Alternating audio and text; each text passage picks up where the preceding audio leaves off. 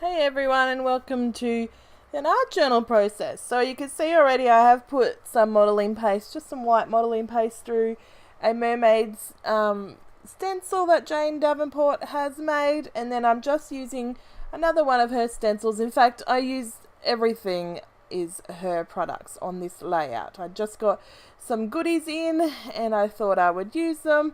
I was inspired by a few things I'd seen of hers lately, and yeah, I went with it. So this video is actually from the archives. I just didn't edit it and voice over it, but I thought it was so nice. I liked the finished product, and I then got my butt into gear and voice overed and edited it for you anyway.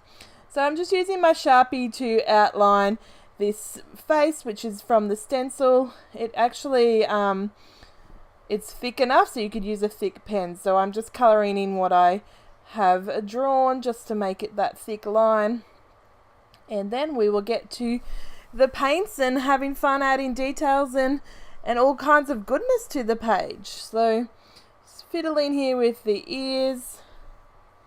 They're not ears, with the eyes, sorry. And like I said, yeah, I'm just thickening it out. So I use, I know what made me think to start doing it. So I got the Jane Davenport watercolors, one of the palettes from the advent calendar that Corinne and I had as an advent swap. So here it is here, and I'm just going to spray the water on, and I'm just going to have a play with painting the face. Now, mind you, this is the first time I've ever done it, so bear with me, but this paint palette set is the neutral and skin tones with a few other kind of colours. So I've already done the swatches, and I put that up the top near my tablet, and I'm just having a little play with the colours. I thought I'd zoom in for you so you could have a little look at the chaos that and the hot mess that I do while I'm painting this. I'm just giving her some red lipstick, because why not? And really, like, I guess you could do like a pink fleshy kind of tone, but red is probably what most people will just use out of ease. Well, I would probably use out of ease anyway. So I'm just going to use this colour, skin tone. If you want to know any of the colours, then let me know and I'll comment. I'll respond down below. But they've each got their own name in this little palette box. Now, so I'm just pretty much dipping my paintbrush in the water. I have sprayed the paints a little bit with water as well, but I'm just going around. So I thought that it'd be nice to have a bit of a darker tone around the edge of her face so that it looked like some, shadows, and that she was 3D, not flat on the page. And that's all I know about colouring. I have no idea, and I just went for it because I've found a lot of mixed media things in my time are just things that I get better at if I just do it, like without worrying about it too much. And that paintbrush was so crap. It just was losing hairs. Anyway, yeah, just practice makes you better. So I'm sure in a year or two's time I'll, do something similar and make a face, and I'll be like, wow, look how different it is from this one today. So if you are, feeling like you are holding back, then definitely just give it a try. Her eyes were so bright. So just use some paper towel to dab some of the colour off. Now, I haven't gessoed the page or anything. It is Jane Davenport art journal. And you can see that I've done that fishtail modelling paste there right next to her face. So I sort of did know where, like, I put the stencil where I wanted it, and then before I did the modelling paste. So, and then I just wanted her looking in towards the page and wanted a fair bit of space to put some colour and some paint and maybe a quote or something. I wasn't too sure. I kind of just wanted to have a play with these paints and making a face. So yeah, I'm dabbing off some of the colour, and it dabs off quite a lot when your paint is wet. So you do go and put a few layers on. Well, I found you might get it right the first time, but I thought it needed a bit more, needed dabbing up a little and a bit more detail with the paint rather than just too flat kind of thing. So I don't know. It turns out well enough in the end. It doesn't turn out as awesome as many people who do faces in their art journals or other kind of mediums, but it's pretty, like, I feel really good about it considering I've not done this kind of thing before. So now I'm going to do the hair, which is just not great at all. So I go down the right side here for some unknown reason. I sort of thought it needed something there, but I do wipe that off later and then have to cover it up because obviously it doesn't, it's a nice bright colour and it doesn't fully come off. So I'm just giving her hair come down her neck there.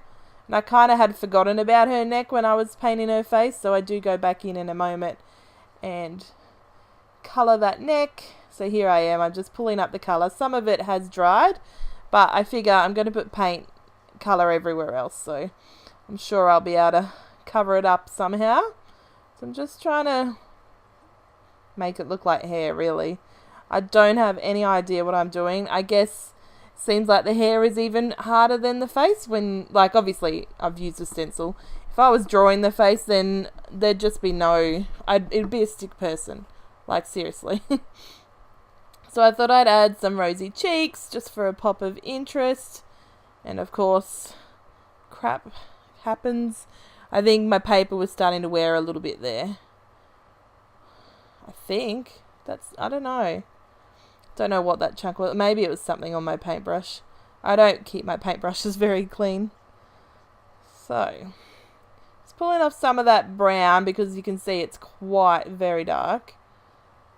But I didn't want to take it all away. So I'm sort of dabbing in places to make it look like it's a highlight. So it is hair where it's a bit darker in the light in certain places and, you know, that kind of thing. So when you look at people's hair, you notice that it's generally not all just one tone, especially in the sunlight.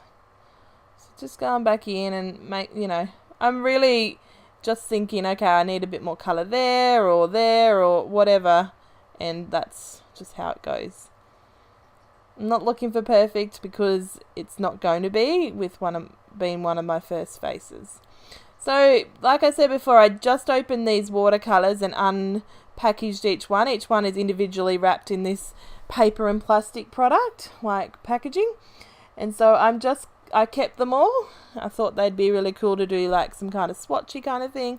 And so I'm just cutting them because they are covered with plastic, and then pulling off that plastic layer off the paper so that the paper I can just stick down.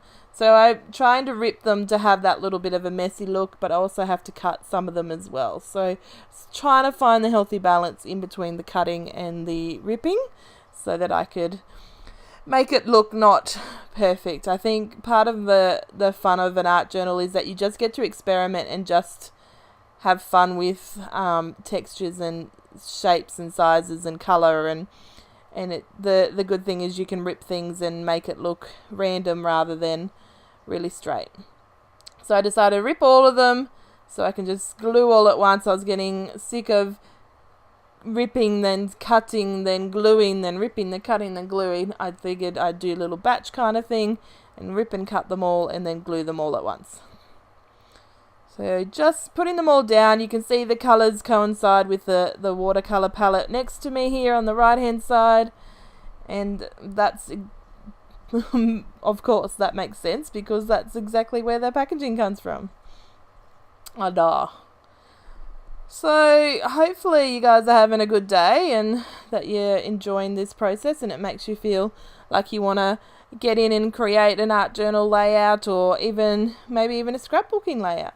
So I also got these stamps that are eyes. So there's different sleeping eyes and awake eyes and just different looking ones. And I thought I'd get the StazOn ink out and I'd just stamp a few eyes here, there and everywhere just for a pop of stamped focal image. But I didn't want it to overtake the person.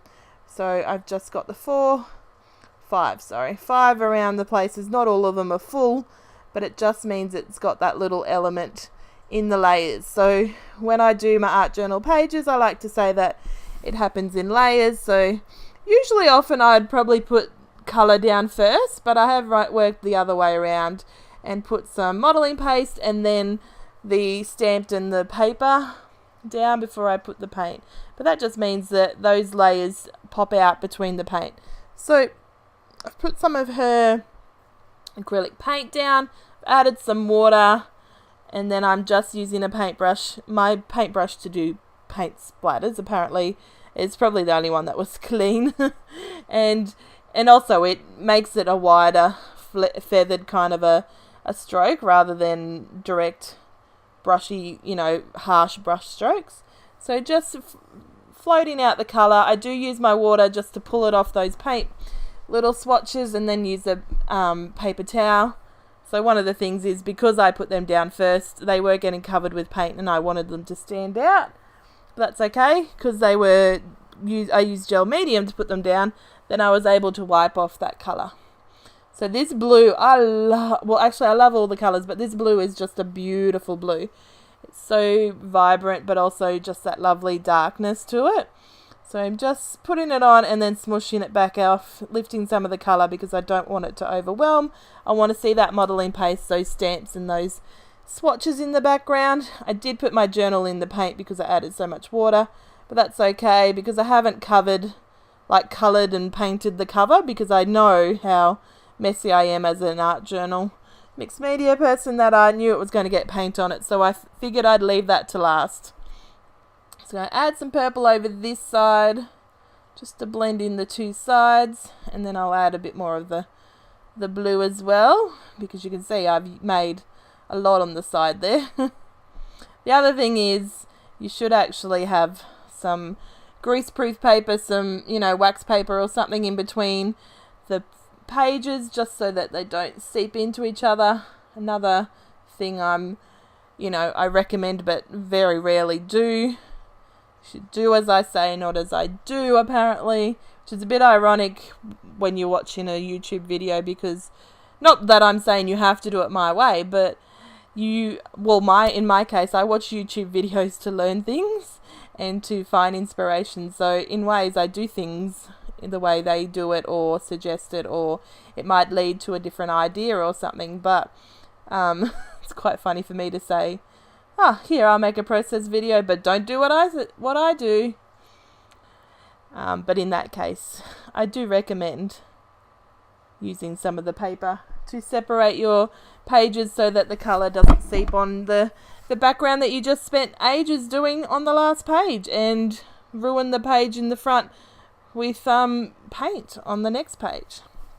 So got sick of the paintbrush, using my finger and my paper towel just to add some colour and smush it off. Really just looking for colour to look like it's just seeped down and flowed down on the page, rather than it being so demanding in spots and so rigid. So I'm trying to use my paint pen to go over with the stencil to add a bit more of the white, but it's not working. That pen is shocking. So I use my Uniball pen, but if you know me, you know my paint's not dried. I just don't wait for these kind of things to happen. So therefore, it didn't work either. Surprise, shock, horror. That's just ridiculously crazy of me every time.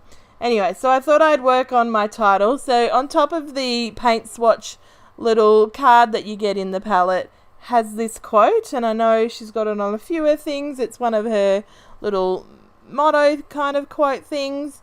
So I thought it would be perfect. So I even am following her font on the way she's written it, just so that it is a homage to her brilliant products and her brilliant inspiration.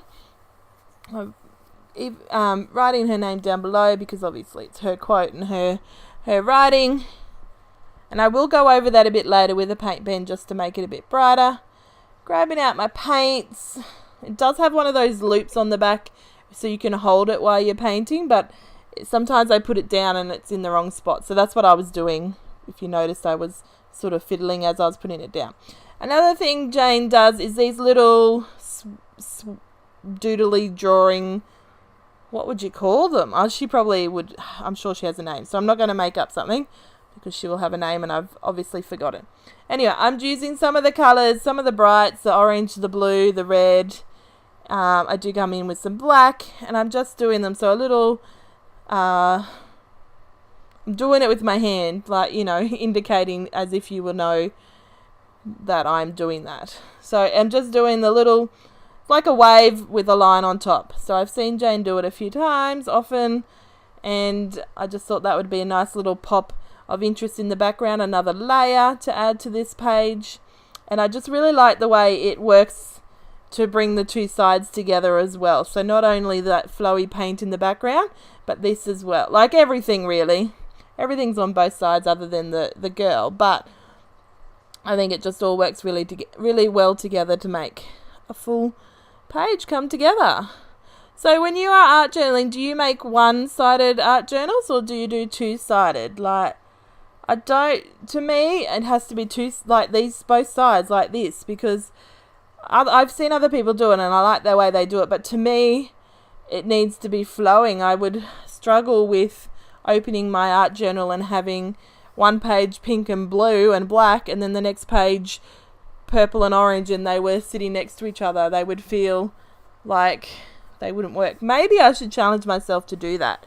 The 100-day project's coming up. Maybe that's what I could do, because I might surprise myself. I do, like I said, I like other people's when they do it. To me, it just looks different in that I feel like I probably wouldn't enjoy it as much, but maybe I would. Maybe I'll have a think about that and see how we go. Leave me a comment down below if you think I should challenge myself and do that. So I've added just a bit more colour here and there, especially where that brown paint was, where I, stuffed up her hair. And use my another paint pen, a different one, to add some splatters and some border. So that's right. So I'm adding just a white border so that it doesn't overwhelm it. Not over the girl. And of course, like I said, my paint's not dry. Oh gosh. And I'm just going to add this black here to those two corners just to frame it in rather than it all the way around. I feel like it would overwhelm and box it in if it was all the way around. So look at my beautiful painty hands. So here's where I decide the title, the quote, well, I guess it's a title, but the quote is not standing out enough. So I get out this paint pen, which they are awesome paint pens, white ones included. They are from Big W here in Australia, and they're not very expensive, like $5, something like that. And they've got a few different sizes, a few different nibs on them, some fine ones, some thick ones, whatnot. So that just brings it out a lot more. I just realised I have a white splatter on her name, but I was able to bring it off. So here's the finished product, and I hope you enjoyed this video today. Leave me a comment below, like and subscribe, and I'll catch you next time. Bye.